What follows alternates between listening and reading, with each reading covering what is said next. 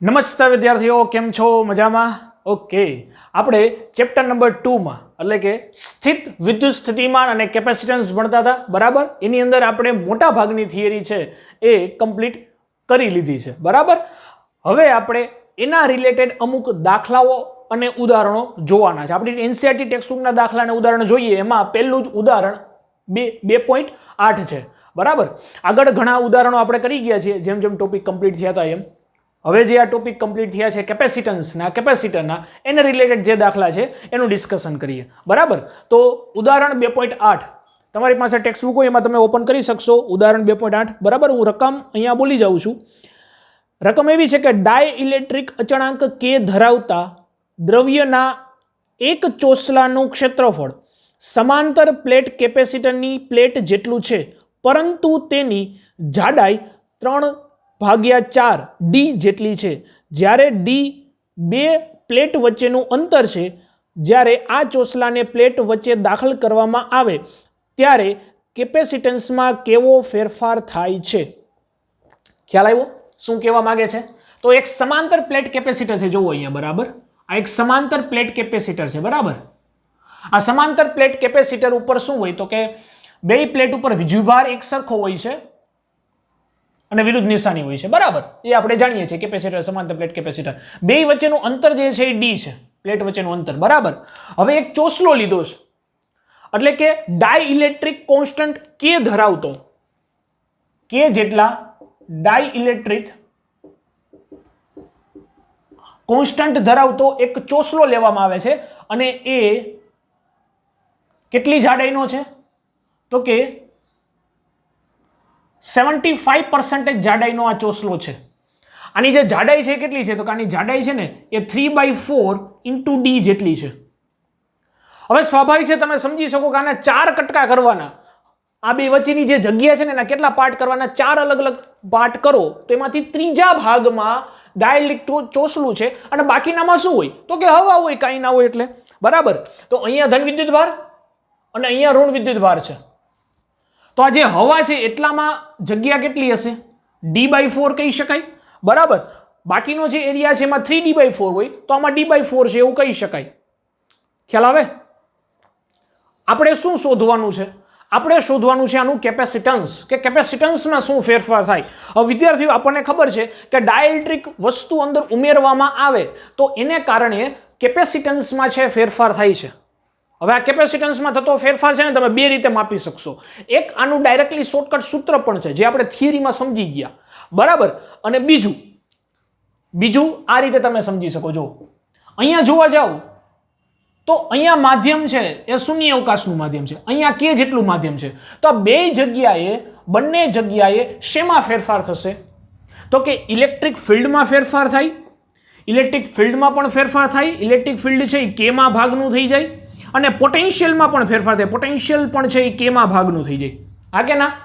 હવે જો આ ભાગનું પોટેન્શિયલ અને આ ભાગનું પોટેન્શિયલ આપણે જાણીએ છીએ, ટોટલ પોટેન્શિયલ ગોતવું હોય તો સીધો સરવાળો થાય. તો આનું પોટેન્શિયલ પ્લસ આનું પોટેન્શિયલ, પોટેન્શિયલ એટલે કે વિદ્યુત સ્થિતિમાન, તો વિદ્યુત સ્થિતિમાનનો સીધો સરવાળો નેટ વિદ્યુત સ્થિતિમાન એટલે V1 + V2 તમે કહી શકો. આ પહેલાનું સ્થિતિમાન પ્લસ બીજાનું સ્થિતિમાન. બરાબર, ખાસ ધ્યાનથી જોજો. બે માટે વિદ્યુત ક્ષેત્ર તો Q જો બે માટે સમાન થશે, વિદ્યુત ભાર સમાન છે એટલે વિદ્યુત ક્ષેત્ર જે શૂન્ય અવકાશનું વિદ્યુત ક્ષેત્ર છે એ સમાન રહેશે, અથવા હવાનું વિદ્યુત ક્ષેત્ર છે સમાન રહેશે. એક વિદ્યુત સ્થિતિમાનનું સૂત્ર આ પણ છે, E × D. બરાબર, કેમ કે વિદ્યુત ક્ષેત્ર એટલે શું થાય? E/D. તો વિદ્યુત સ્થિતિમાન એટલે શું થાય? E × D. બરાબર, ડિસ્ટન્સ તો આ પેલા શૂન્ય અવકાશ વાળો ભાગ છે, હવા વાળો ભાગ છે, એમાં ડિસ્ટન્સ કેટલું છે, અંતર કેટલું છે? d/4. કેમ કે અહીંયા 3d/4 હતો, આટલું d/4 થાય તો E0 × d/4 અંતર. બરાબર, એટલે આપણે E0 જે છે કેના માટે લઈએ છીએ તો કે શૂન્ય અવકાશમાં અથવા તો હવા માટે, હવાવાળા માધ્યમમાં વિદ્યુત ક્ષેત્ર, હવાવાળા માધ્યમમાં વિદ્યુત ક્ષેત્ર. બરાબર છે, જેને આપણે E0 લઈએ છીએ. તો E0 થઈ ગયું પ્લસ. હવે જો વિદ્યુત સ્થિતિમાનમાં, વિદ્યુત ક્ષેત્રમાં અને કેપેસિટન્સમાં ડાઇલેક્ટ્રિક અચળાંક મૂકવામાં આવે તો એને કારણે ફેરફાર થાય. કેટલો ફેરફાર થાય? તો કે વિદ્યુત સ્થિતિમાન છે ને કેમાં ભાગનું થઈ જાય? કેટલામાં ભાગનું થઈ જાય? કેમાં ભાગનું થઈ જાય. આપણે જોઈ ગયા છીએ. અને વિદ્યુત ક્ષેત્ર છે એ પણ કેમાં ભાગનું થઈ જશે? આ કે ના? બરાબર. તો જો આના માટે આવું લખી શકશું કે V બરાબર V0 બાય K છે. હવે V0 જે છે એની જગ્યાએ હું E ઇન્ટુ D મૂકું તો અહીંયા આવું થઈ જાય E0 by D, E0 by into D. બરાબર. પણ અહીંયા અંતર એટલે શું છે? 3/4 ઇન્ટુ D. બસ આ ઉપાડીને અહીંયા મૂકી દો તો શું થઈ જશે? E0 by K into 3D/4. ખબર પડી? ખાસ વિદ્યાર્થીઓ ધ્યાન રાખો, હું ડાયરેક્ટ અહીંયા સૂત્ર લખેલું છે એ ક્યાંથી આવ્યું? તો કે અહીંયાથી આવ્યું છે કે વિદ્યુત ક્ષેત્ર છે એનું સૂત્ર શું થાય? વિદ્યુત ક્ષેત્ર V = E ઇન્ટુ D. આપણને ખ્યાલ છે, બરાબર? થિયરીમાં સમજી ગયા આપણે. હવે વિદ્યુત ક્ષેત્રમાં શું ફેરફાર થયો? તો કે વિદ્યુત ક્ષેત્રમાં માધ્યમને કારણે ફેરફાર થાય સાહેબ. કેટલો ફેરફાર થાય? તો કે જો માધ્યમ શૂન્ય અવકાશમાં હોય તો E0 રહીએ, પરંતુ હવાની જગ્યાએ કોઈ ડાઇલેક્ટ્રિક આવી જાય તો કેમાં ભાગનું થઈ જાય. જો કેમાં ભાગનું થઈ ગયું અને ઇન્ટુ અંતર, તો કેમાં ભાગનું આટલામાં જ થાય છે. એટલું અંતર એટલે 3/4 ઇન્ટુ D. બરાબર. અને આટલામાં શૂન્ય અવકાશ છે, હવા છે, 3/4. ઠીક છે? ઓકે. હવા અને શૂન્ય અવકાશ માટે બે માટે આપણે જનરલી સેમ જ લેતા હોઈએ છીએ. તો V = E0 આમાંથી કોમન નીકળે, E0 ઇન્ટુ D. E0 અને D બે કોમન નીકળે તો વધશે શું? 1/4 પ્લસ 3/4K. આટલું કોમન રહેશે. ખ્યાલ આવ્યો? E0 અને D મેં શું લઈ લીધું? કોમન લઈ લીધું. ચાલો, સ્થિતિમાન આપણને મળી ગયો. હવે કેપેસિટન્સ શોધવું સહેલું. કઈ રીતે? તો કે જો આ વિદ્યુત ક્ષેત્ર છે, પ્લેટને કારણે વિદ્યુત ક્ષેત્ર કેવું થાય? તો કે σ/ε0. બરાબર. જો વિદ્યુત ક્ષેત્ર E0 જે છે આને તમે બે રીતે શોધી શકશો. સ્થિતિમાનની કિંમત ડાયરેક્ટ તમે Q = CV માં મૂકી દો તો પણ ચાલે, અને બાકી અહીંયાથી બનાવી લઈએ તો પણ કોઈ ચિંતા નથી. બરાબર છે? Okay okay. ચાલો એવું કામ કરીએ. પહેલા બે રીતે થઈ શકશે. E0 = σ/ε0. આ તમે મૂકીને પણ કરી શકો. પછી સિગ્મા એટલે શું થાય? તો કે સિગ્મા એટલે થાય Q/એરિયા. બરાબર. અને એ રીતે કરીને તમે C મેળવી શકો. અધરવાઇઝ ડાયરેક્ટ પણ મૂકી દેવાય તો પણ વાંધો નહીં. જો આ રીતે કરી શકાય કે Q = CV તો C = Q/V, C = Q/V. બરાબર છે? ચાલો, Q તો Q ભલે રહ્યું Q. V એટલે શું થશે? E0 into D. બરાબર. અને આખો લંબાચો બધો ભેગો છે, 1/4 પ્લસ 3/4 ઇન્ટુ K. બરાબર. ઓકે. આ થઈ ગયું C. હવે જો E0 ઇન્ટુ D એને હું V0 કહી શકું. શૂન્ય અવકાશમાં હોય ત્યારે કેપેસિટન્સ, તો ખાલી એમાં તો V ઇન્ટુ D જ હતું. તો અહીંયા શું થઈ જાય? C = Q/V0. V0 એટલે છે શૂન્ય અવકાશનું. V0 એટલે શું છે? શૂન્ય અવકાશમાં સ્થિતિમાન. એટલે કે માધ્યમ શું હોય? શૂન્ય અવકાશનું હોય ત્યારે સ્થિતિમાન કેટલું? તો આટલું V0. બરાબર છે. અને બીજું શું અહીંયા વધ્યું? તો કે અહીંયા વચ્ચે આ 1/4 પ્લસ 3/4K. હવે જુઓ Q/V0 એને શું કહેવાય? તો કે Q = CV આપણને ખબર છે, અને Q/V એને શું કહી શકાય? કેપેસિટન્સ. પણ આ કેપેસિટન્સ કેનું થાય? જ્યારે શૂન્ય અવકાશ વાળું માધ્યમ હોય ત્યારનું, અને જેને આપણે શું કહીએ છીએ? C0. બરાબર. તો C0 ના છેદમાં થઈ ગયું 1/4 3/4K. તો આ C0 શું છે? અહીં લખાય, અહીંયા લખી દઈએ C0. C0 બરાબર શૂન્ય અવકાશ વાળા માધ્યમનું કેપેસિટન્સ. ખ્યાલ આવ્યો? તો આ તમારો જવાબ થઈ ગયો. પછી આને સોલ્વ કરી શકાય. બરાબર. તમારે આમાંથી LCM લઈ લેવો હોય તો લઈ શકાય. LCM લઈ લ્યો એટલે આનો જવાબ આવી ગયો. C0 છે. બરાબર. આમાંથી નીચેથી 4 કોમન નીકળે અને K તમારે કોમન ધરાર લેવો હોય તો લઈ શકો.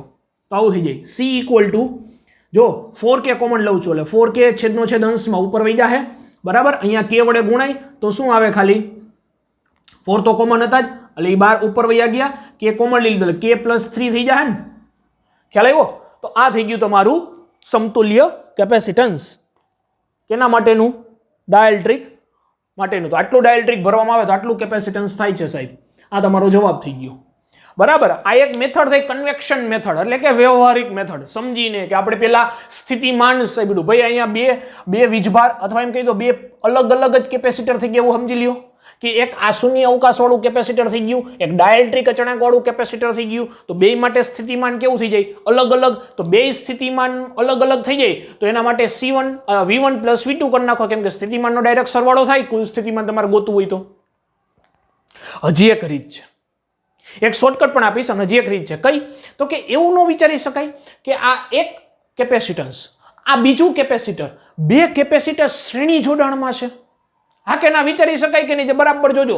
જો આ એક કેપેસિટર જે 1/4 લેન્થ વાળું, D/4 લેન્થ વાળું, અને એક આ બીજું કેપેસિટર જે 3/4 D લેન્થ વાળું, આ બે અલગ અલગ લંબાઈના, એટલે D બદલાઈ ગયું, બે કેપેસિટરો શ્રેણી જોડાણમાં છે. આવું સમજી શકાય? તો શ્રેણી જોડાણનું સૂત્ર C1C2 1/C1 + 1/C2 આ રીતે થાય ને? હા કે ના? 1/C = 1/C1 + 1/C2 એ રીતે પણ દાખલો થાય. બરાબર. અને તમે સમતુલ્ય કેપેસિટન્સ મેળવી શકો.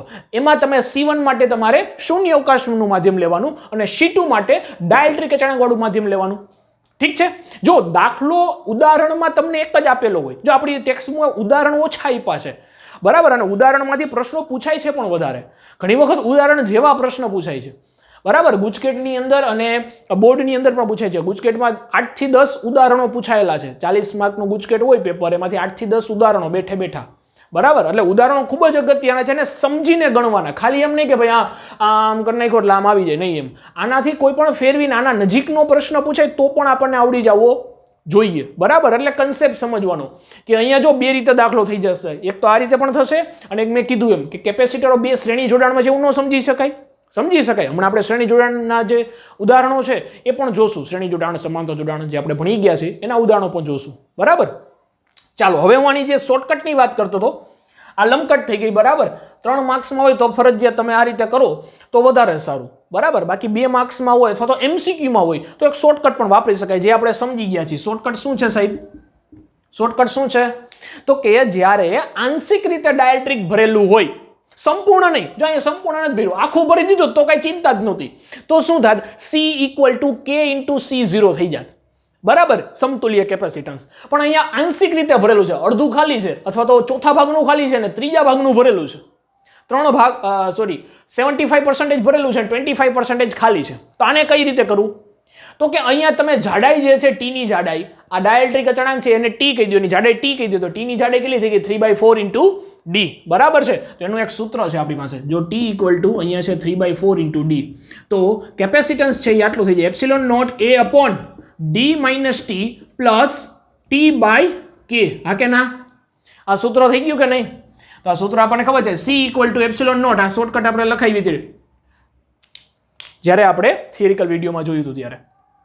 અને T એટલે શું હોય કે જેટલામાં ડાયલેક્ટ્રિક અચળાંક ભરેલો છે. તો કેટલામાં ભરેલો છે ભાઈ? 3/4 ભાગમાં. એટલે આગળનો જે પોર્શન છે D/T, એટલે કે 1/4 D લખી નાખો તો પણ વાંધો નહીં, આ સૂત્રમાં કિંમત મૂકો તો પણ વાંધો નહીં. D માઇનસ શું થશે? જોજો, D માઇનસ T ની જગ્યાએ શું મૂકવાનું? 3/4 × D પ્લસ 3D/4K. ઠીક છે? ચાલો, આ બધામાંથી D કોમન નીકળે તો C = ε0 A/D. બરાબર. અહીંયા શું આવશે? જો અહીંયા કાંઈ નહીં એટલે 1 આવે, 1 - 3/4 પ્લસ 3/4. હવે વિદ્યાર્થીઓ, આ 1 - 3/4 એટલે શું થાય? 1/4 જ થાય. બરાબર. ખ્યાલ આવે? જે અહીંયા હતું એ આવી ગયું. અને જો આ ε0 A/D એને શું કહેવાય? શૂન્ય અવકાશ વાળું, એટલે કે C0. બરાબર. C0 કે જે તમારે કેવું હોય C0 કેપેસિટન્સ શૂન્ય અવકાશ વાળું અપોન 1/4 પ્લસ 3/4 × K. કે ભૂલાવું ના જોઈ, અહીંયા K છે 3/4K. ઠીક છે? તો જો અહીંયા જે જવાબ આવ્યો હતો તમારે, આ જવાબ જે અહીંયા આવ્યો હતો એ જ જવાબ અહીંયા આવી ગયો. હવે આને સોલ્વ કરી નાખો એટલે તમારો આન્સર થઈ જાય C0 E0 ની C0 upon C0 × 4K upon K + 3. આ તમારો જવાબ થઈ ગયો. એટલે આ શોર્ટકટ છે, આ શોર્ટકટનો પણ ઉપયોગ કરી શકાય, કંઈ વાંધો નહીં. પણ ધ્યાન રાખવાનું કે 3 માર્કમાં જો દાખલો હોય તો આ રીતે ન કરાય એમ, કેમ કે 3 માર્ક જેટલું કંઈક તો લખવું પડે ને. એટલે MCQમાં અથવા તો 2 માર્ક્સમાં તમે આ રીતે કરી શકશો. ઠીક છે, તો શોર્ટકટ પણ લખી લેજો, બેમાં જવાબ એક જ સરખો આવશે. ચાલો એના પછી ઉદાહરણ જોશું. આ લખી લો બોર્ડ ઉપરથી. લખી લીધું?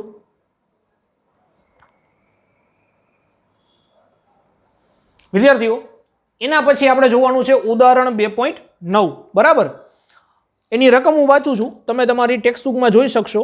રકમ કંઈક આવી છે કે આકૃતિમાં દર્શાવ્યા મુજબ એક આકૃતિ આપેલી છે. બરાબર, આકૃતિમાં દર્શાવ્યા મુજબ 10 માઇક્રોફેરાડેના 4 કેપેસિટરનું એક નેટવર્ક 500 વોટના સપ્લાય સાથે જોડેલ છે. નેટવર્કનું સમતુલ્ય કેપેસિટન્સ પેલું ઈ મેળવવાનું છે. દરેક કેપેસિટર પરનો વિદ્યુતભાર મેળવવાનો છે અને કેપેસિટર પરનો વિદ્યુતભાર એ ઊંચા સ્થિતિમાનની પ્લેટ પરનો વિદ્યુતભાર છે જે નીચા સ્થિતિમાનની પ્લેટ પરના વિદ્યુતભાર જેટલો અને વિરુદ્ધ હોય એવું તમારે સ્વીકારવાનું છે. મતલબ તમારે 3 કેપેસિટરો જે જોડેલા છે એનું સમતુલ્ય કેપેસિટન્સ અને દરેક પરનો વિદ્યુતભાર મેળવવાનો છે. ખ્યાલ આવ્યો? ચાલો જોઈએ કઈ રીતે આપેલું છે. જો આ રીતે એક આકૃતિ છે વ્યવસ્થિત. કેપેસિટર છે એને આ રીતે દર્શાવવામાં આવે છે.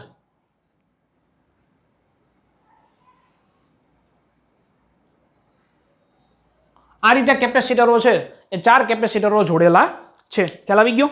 બરાબર, ઓકે. અને આ કેપેસિટરો છે ને સપ્લાય સાથે જોડવામાં છે. ને સપ્લાય છે એ 100 વોલ્ટનું છે. બરાબર,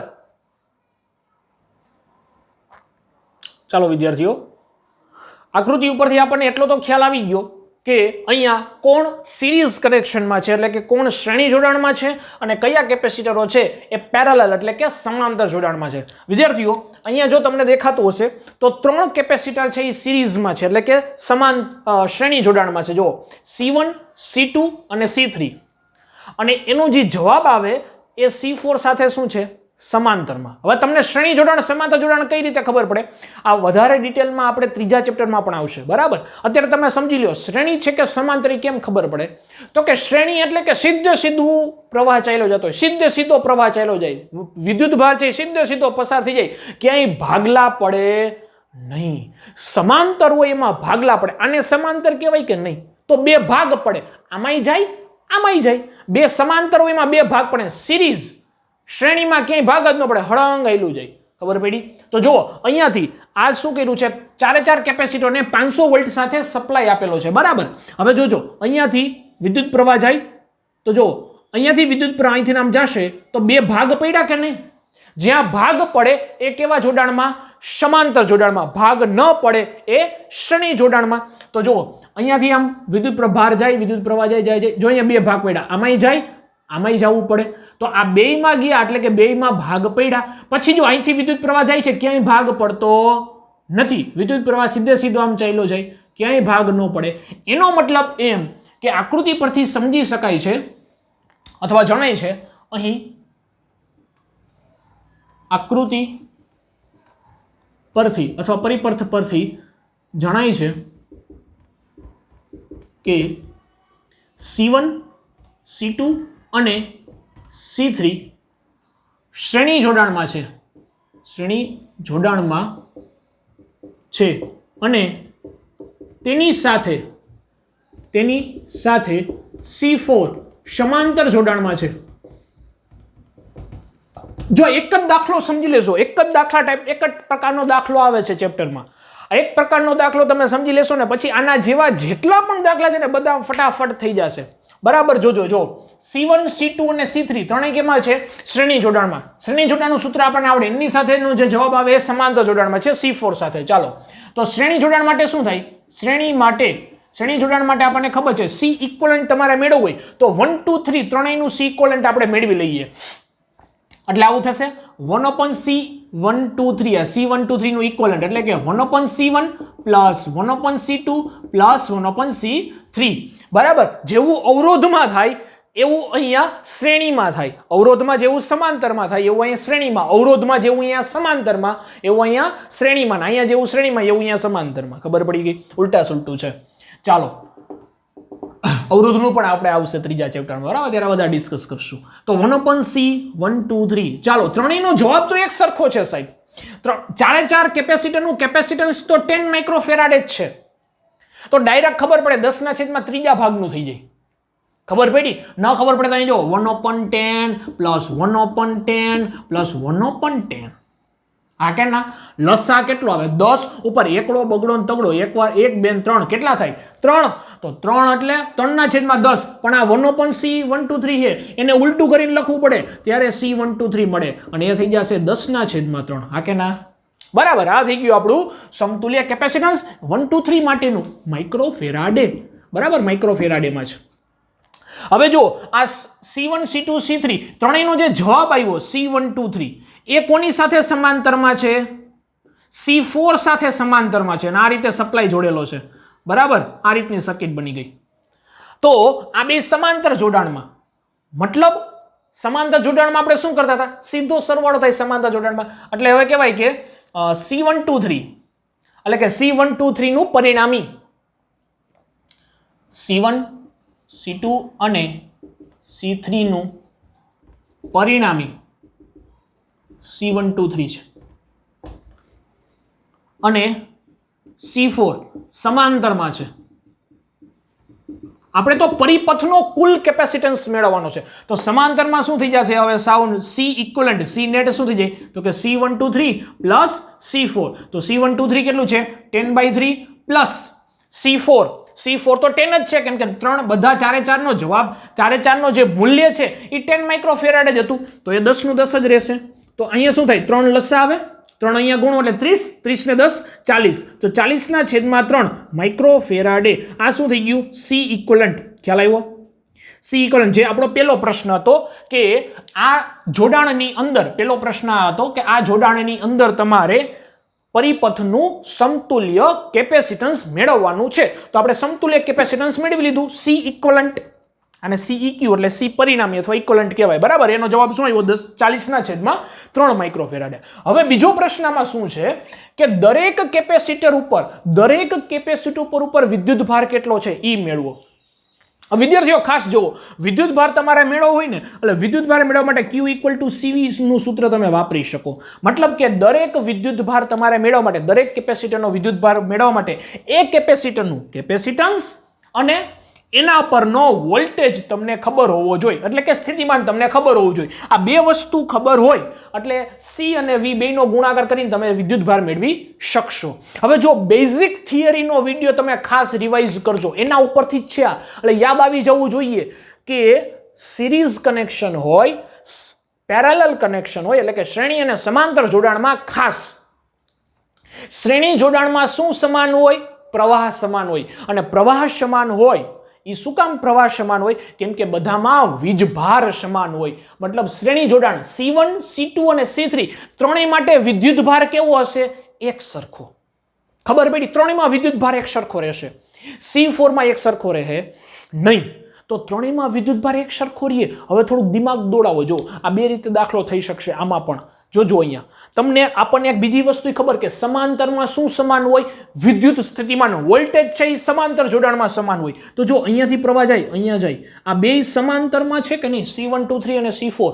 એનો મતલબ એમ કે આ બેમાં વોલ્ટેજ પોટેન્શિયલ કેવો હશે? એક સરખો. વિદ્યુત સ્થિતિમાનનો તફાવત કેવો હશે? એક સમાન. આ બેમાં વિદ્યુત સ્થિતિમાનનો તફાવત એક સમાન હશે. એક સમાન એટલે કેટલો? અરે સપ્લાય જેટલો હોય. કેમ કે આ ત્રણેયમાં એક જ સરખું હોય. તો અહીંયા જો બેટરી સપ્લાય છે એમાં તો 500 વોલ્ટ છે. આ બે છેડા વચ્ચેનો વિદ્યુત સ્થિતિમાનનો તફાવત કેટલો? 500 વોલ્ટ. તો અહીંયા બે છેડા વચ્ચેનો તફાવત કેટલો થાય? 500 વોલ્ટ. આ બે છેડા વચ્ચેનો તફાવત કેટલો થાય? 500 વોલ્ટ. ખબર પડી? આ કે ના? જો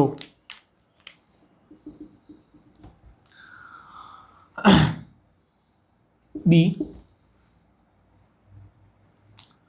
C123 અને C4 સમાંતરમાં છે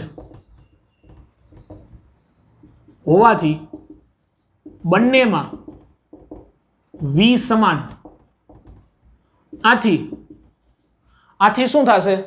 C123 એનું કેપેસિટન્સ આપણને ખબર છે, C4 એનું કેપેસિટન્સ ખબર છે. તો વિદ્યુતભાર મેળવવો એટલે શું કરવાનું? Q = CV direct.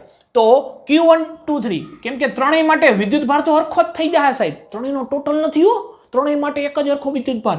Q1 123 કેટલો થઈ જાય Q ઇક્વલ ટુ CV પરથી તો કે C123 ઇન્ટુ વોલ્ટેજ બરાબર તો C123 કેટલા છે 10/3 આ 10/3 ઇન્ટુ વોલ્ટેજ કેટલા છે તો કે વોલ્ટેજ છે 500 સાહેબ આરિયા 500 તો 500 વડે ગુણી નાખો આ થઈ ગયો તમારો ચાર્જ અને 10/3 શું હતું માઇક્રોમાં તો તમારે કુલમ જે આવશે ને એ પણ માઇક્રો કુલમ આવશે ધેટ્સ ઇટ થઈ ગયું સહેલું ઓકે હવે આવી જ રીતે Q4 તો Q4 બરાબર શું થશે C4 ઇન્ટુ V ચાલો C4 શું છે C4 છે 10 માઇક્રોફેરાડે આર્યું કેમ કે ચારેયનું મૂલ્ય તો સરખું જ હતું 10 માઇક્રોફેરાડે તો 10 ઇન્ટુ વોલ્ટેજ કેટલા 500 માઇક્રોકુલમ બરાબર આને આમ પણ લખી શકશો તમે કે 5 આ 1 2 અને 3 મીંડી આ માઇક્રો એટલે શું થાય 10⁻6 એટલે આવું થયું કે 0 10⁻6 કુલમ તો 5 ગુણ્યા 10⁻3 કુલમ આટલું આવ્યો Q4 ખ્યાલ આવ્યો મિલી કુલમ પણ તમે કહી શકશો ઠીક છે વિદ્યાર્થીઓ બરાબર તો બંનેની અંદર તમને જવાબ મળી જશે બરાબર અહીંયા માઇક્રોમાં છે માઇક્રો એટલે 10⁻3 ઘાત સમજવાની બરાબર એટલે આને તમારે લખવું હોય તો આમ લખી શકશો 10/3 ગુણ્યા 500 ગુણ્યા 10⁻6 ઘાત કુલમ આનો જવાબ આ આવ્યો Q123 અને પછી તમારે કહેવાનું કે C1 C2 શ્રેણીમાં હોવાથી C1 C2 C3 શ્રેણીમાં હોવાથી ત્રણેયનો વીજભાર એક સમાન થશે અને એક સમાન એટલે કેટલો થશે તો કે Q1 equal to Q2 equal to Q3 equal to આનો જે જવાબ આવે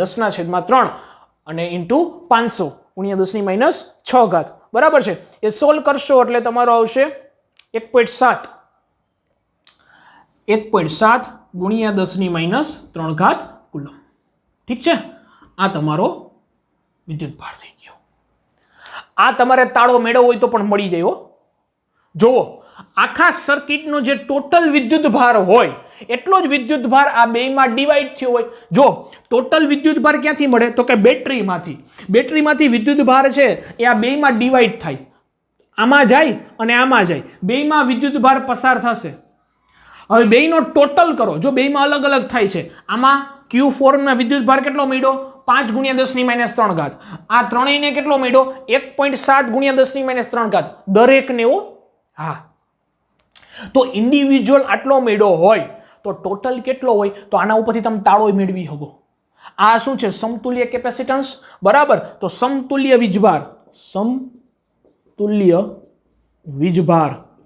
અથવા તમે કે પરિપથનો કુલ વીજભાર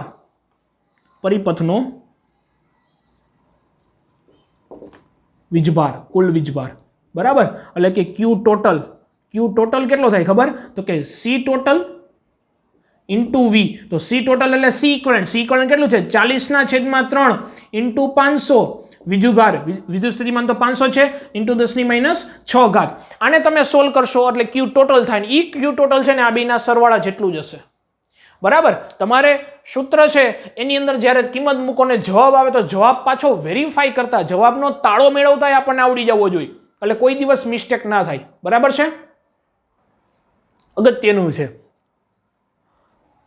અહીંયા તમે આનો ભાગાકાર કરશો ને એટલે લગભગ છે ને 6.67 જેવું આવશે 10⁻3 ઘાત કુલમ બરાબર આ Q ટોટલ તો એકમાં જ આપણે બધું એક જ દાખલામાં બધું સમજી લઈએ છીએ એટલે એક દાખલો આપણા માટે આઈડિયલ દાખલો થઈ જાય પછી એક ઉદાહરણ અથવા એક દાખલા ઉપરથી જેટલા પણ દાખલાઓ કે ઉદાહરણો પૂછાતા હોય બધા આપણને ક્લિયર થઈ જાય તો જો આ Q ટોટલ પરિપથનો કુલ વિદ્યુત ભાર 6.67 એટલે 6.7 પણ તમે કહી શકો 6.7 નિયર અબાઉટ લેવાય ને અહીંયા રાઉન્ડ અપ કરીને જ લીધેલું છે આ 1.66 આવે અથવા 1.67 આવે બરાબર એટલે 1.67 ને રાઉન્ડ અપ કરીને 1.7 લઈ લીધું છે તો આ બેનો ટોટલ કરો જો 5 ને 1 6.7 થાય કે નહીં તો કેટલું આવ્યું 6.7 જ થયું ને 6.67 ને રાઉન્ડ ઓફ કરી નાખો 1 પોઈન્ટથી તો 6.67 10⁻³ એટલે આપણે ભૂલ થઈ ગઈ હોય તો પણ અહીંયા તાળો મળી જવો જોઈએ એટલે ખબર શું પડી આપણને આ પ્રશ્નમાંથી જો બે વસ્તુ આપણે અગત્યની સમજ્યા ધ્યાન રાખજો બરાબર શું વસ્તુ સમજ્યા કે વિદ્યુત ભાર જે છે વિદ્યુત ભાર શ્રેણી જોડાણમાં સરખો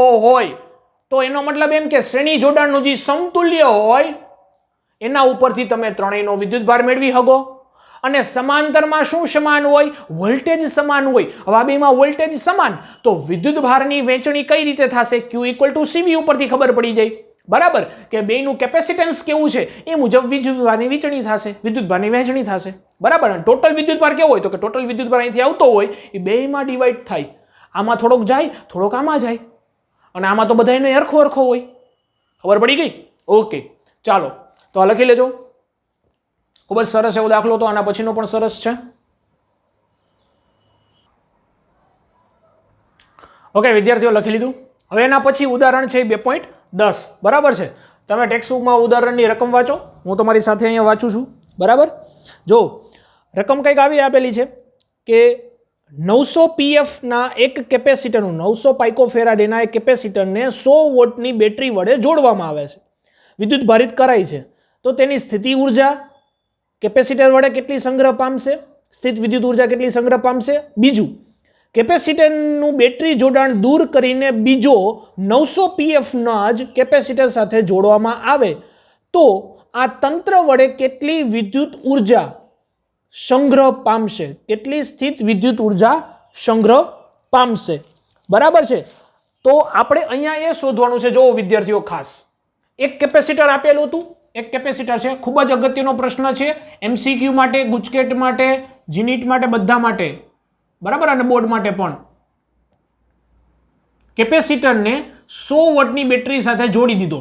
એટલે પેલા કેપેસિટર કેવું હોય કે ચાર્જ ના હોય, એટલે કે એના ઉપર કોઈ વિદ્યુતભાર ન હોય. એના ઉપર વિદ્યુતભાર લાવવા માટે તમારે એને તમારે એમ કહેવાય કે ઇન્ડ્યુસ્ડ ચાર્જ કરવો પડે, એટલે કે પ્રેરિત કરવો પડે. વિદ્યુતભાર પ્રેરણની રીતથી પ્રેરિત કરવો પડે, અધરવાઇઝ તમારે બેટરી જોડી દેવી પડે. હવે વાળી ઘડીએ તો આપણે કંઈ આમ ઘસીને બરાબર છે પ્રેરિત કરી ન હોગીને એટલું બધું એફિશિયન્સી પણ સારી ન આવે. એટલે આપણે શું કરીએ? જનરલી બેટરી કનેક્ટ કરી દઈએ. અને બેટરી કનેક્ટ કરી દઈએ એટલે શું આવી જાય? કેપેસિટર ઉપર વિદ્યુતભાર આવી જાય. અને કેપેસિટર ઉપર વિદ્યુતભાર આવી જાય એટલે એના ઉપર શું આવી જાય? સ્થિત વિદ્યુત ઉર્જા, જેનું સૂત્ર આપણે સમજી ગયા હતી 1/2 CV². હા કે ના? અને Q²/2C, આ બે સૂત્રો છે એના કેપેસિટરની સ્થિતિ ઉર્જાના. ઓકે, જુઓ તો આપણને જ પૂછ્યું છે કે અહીંયા કેપેસિટર છે એ કેપેસિટન્સ કેટલો આપ્યું છે? કેપેસિટરનું કેપેસિટન્સ 900 પાઇકોફેરાડે. બરાબર. કેટલા વોલ્ટ સાથે જોડવામાં આવે છે? 100 વોલ્ટ સાથે જોડવામાં આવે છે. એક સિસ્ટમ રાખવાની, કોઈ પણ આપણે દાખલો ગણતા હોય એટલે એની આકૃતિ વ્યવસ્થિત દોરવાની. IP નો હોય તો આપણે આપણી રીતે દોરી નાખવાની, જેવી આવડે એવી. બરાબર. બીજી વસ્તુ, જે કંઈ પણ ડેટા આપ્યો હોય ડેટા અહીંયા લખવાનો. હું વારંવાર દાખલા ગણતી વખતે કહું છું, અહીંયા ગોતવાનું શું છે? એના ઉપર પ્રશ્ન ચેન્જ કરી દેવાનું કે સ્થિત વિદ્યુત સ્થિતિ ઉર્જા શોધવાની છે. બરાબર. તો સ્થિત વિદ્યુત સ્થિતિ ઉર્જાનું સૂત્ર આપણને ખબર છે 1/2 CV², હાફ CV². બરાબર. C એટલે કેપેસિટન્સ કેટલું છે? 1/2. કેપેસિટન્સ છે 900 પાઇકોફેરાડે. પાઇકોફેરાડે એટલે 10⁻12 ઘાત, 10⁻12 ઘાત વોલ્ટ. કેટલો વોલ્ટેજ છે સાહેબ? 100. સ્થિતિમાન 100 છે, એનો સ્ક્વેર. ઠીક છે. ચાલો, આ થઈ જશે 900/2 એટલે 450. બરાબર.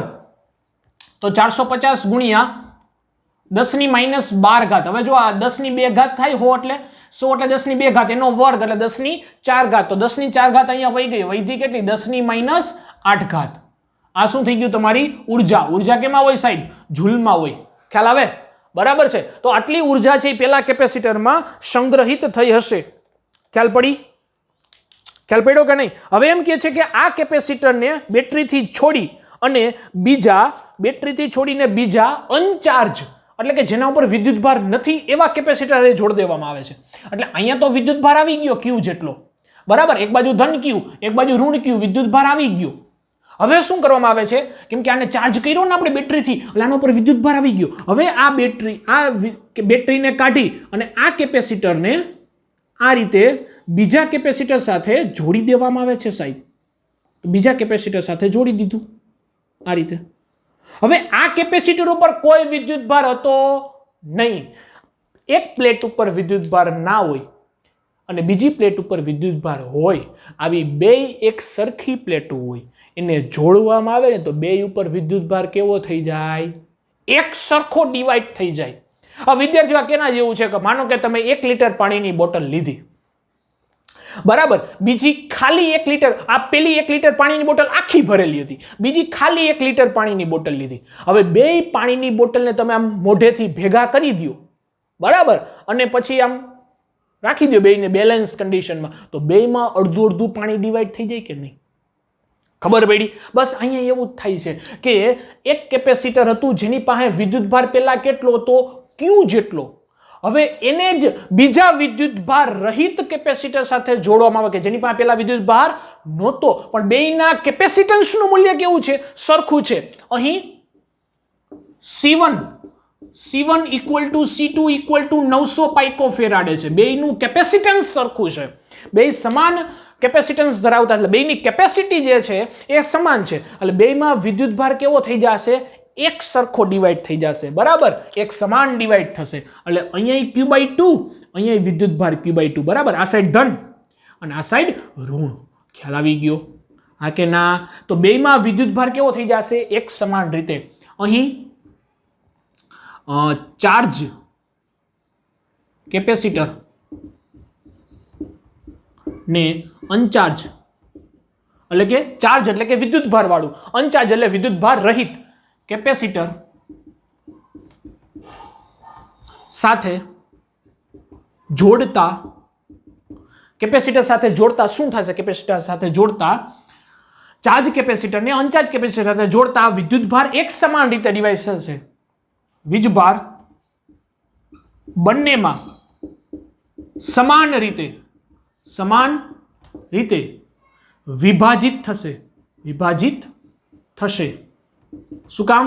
કેમ કે બંનેના C સમાન છે, બંનેના કેપેસિટન્સ જે છે એ સમાન છે. ખ્યાલ આવી ગયો?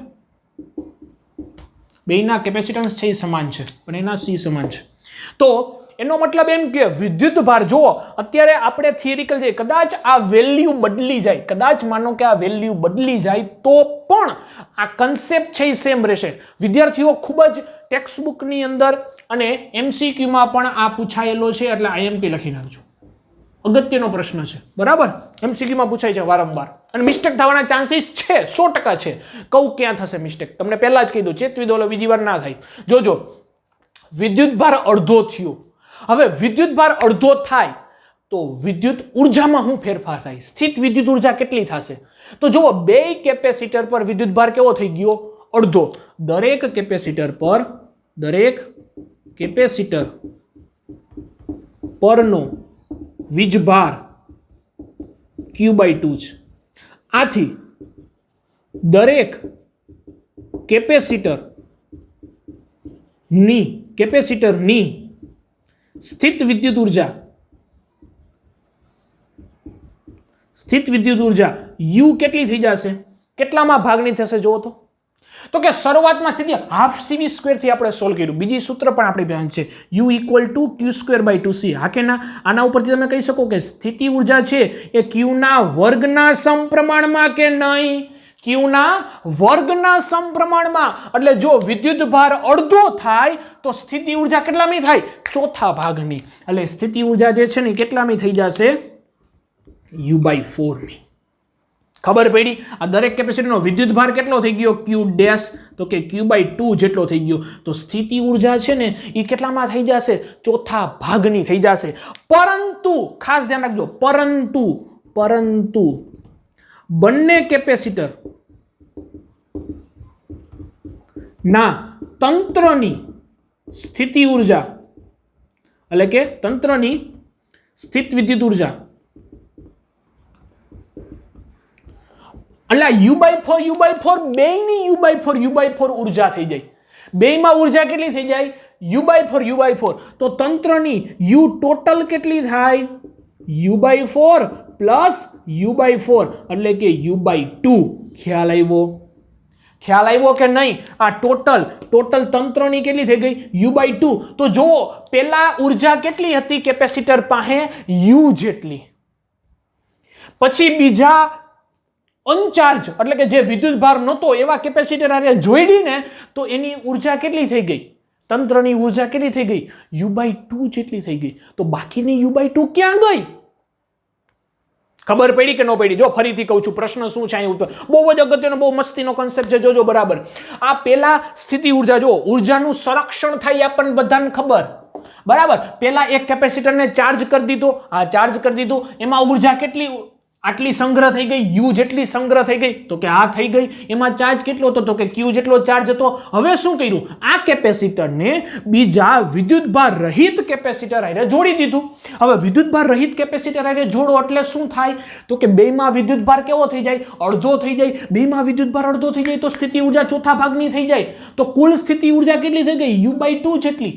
અરે પેલા યુ હતી, તમને એમ થાય તો બેયની થઈને U/2. હા, બેયની થઈને જ U/2 થઈ. એકની તો U/4 થઈ, બેયની થઈને U/2 થઈ, બાકીની U/2 ગઈ ક્યાં? એ ઉષ્મા ઉર્જા રૂપે શું થઈ ગયો? લોસ થઈ ગયો. આપણે જાણીએ છીએ ઉર્જા સંરક્ષણનો નિયમ છે, ઉર્જા છે એનું રૂપાંતર થાય. તો હવે તંત્રની ઉર્જા U/2 છે, બેયની થઈને U/2 છે. ઓલી એકલાની U હતી, આ બેયની થઈને U/2 થઈ. તો અહીં સ્થિતિ ઉર્જામાં થતો ઘટાડો ઉષ્મા સ્વરૂપે વ્યય પામે. અને એ કેટલું હશે? વ્યય તો કે U - U/2 એટલે કે U/2 જેટલો વ્યય થશે. એટલે તમને કદાચ પૂછે કે આ જ પ્રશ્નમાં એવું પૂછ્યું કે કેટલી ઉર્જા વ્યય પામી, કેટલી ઉર્જા વ્યય પામી, તો પણ U/2 જવાબ. અને કેટલી ઉર્જા રહી, કેટલી ઉર્જા બે તંત્રમાં સંગ્રહિત રહી, તો પણ U/2 જવાબ. ઠીક છે? બસ હવે યુ ની કિંમત તો આપણને ખબર હતી. આ મેં જનરલ તમને સૂત્ર સમજાવી દીધું, જનરલ તમને આઈડિયા આપી દીધો. એટલે કદાચ આમાં કિંમતો બદલાઈ જાય, આની અંદર બધી વેલ્યુ બદલાઈ જાય, તો પણ કન્સેપ્ટ આનો આ જ રહેશે. કદાચ અહીંયા કેપેસિટરનું મૂલ્ય બદલાવી નાખે, વોલ્ટેજનું મૂલ્ય બનાવી નાખે, તો પણ કન્સેપ્ટ આટલો જ રહેશે કે U/2 જેટલો જ લોસ થાય. ઇન્ડિવિજ્યુઅલ કેપેસિટન્સની ઉર્જા કેટલી થાય? U/4 જેટલી જ થાય. દરેક કેપેસિટરની ઉર્જા U/4 જેટલી જ થાય. ખબર પડી? અને તંત્રની કેટલી થાય? U/2 જેટલી. લોસ કેટલો થાય? વ્યય કેટલો થાય? લોસ કેટલો થશે? તો કે U/2 જેટલો. ખબર? રેડી? ચાલો હવે આના માટે તમને તંત્રની પૂછી હતી તો U/2 જેટલી કરી નાખવાની, ભાંગ્યા 2 એટલે થઈ જશે 450 ભાંગ્યા 2 10⁻8 જૂલ. આ તમારો જવાબ. 450 ભાંગ્યા 2 કરી નાખવાના, બરાબર? એ તમારો જવાબ આવશે. ઠીક છે? હલો વિદ્યાર્થીઓ, ખબર પડી? તમને આમાં બે પ્રશ્ન પૂછી શકે, બે પ્રકારે પ્રશ્ન પૂછી શકાય કે વ્યય પામતી ઉર્જા શોધો તો પણ U/2, એમ કે બંનેમાં સંગ્રહિત ઉર્જા શોધો તો પણ U/2. ઠીક છે? કન્સેપ્ટ સમજાઈ ગયો? ઓકે.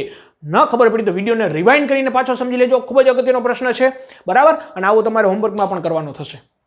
ઠીક છે? બોર્ડ ઉપરથી લખી લો.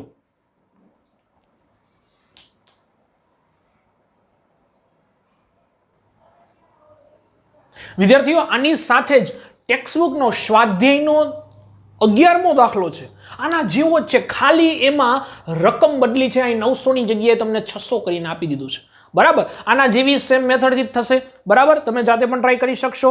સ્વાધ્યાયનો 2.11, સ્વાધ્યાય NCERT ટેક્સ્ટબુક સ્વાધ્યાય 2.11 આના જેવો જ છે, ના જેવો, બરાબર? ખાલી રકમ ફેર છે, બાકી બધું સમાન છે. એટલે તમે જાતે કરી શકશો હોમવર્કમાં. ઠીક છે? ચાલો નોટ ડાઉન કરી લો બધું, પછી આગળ વધીએ.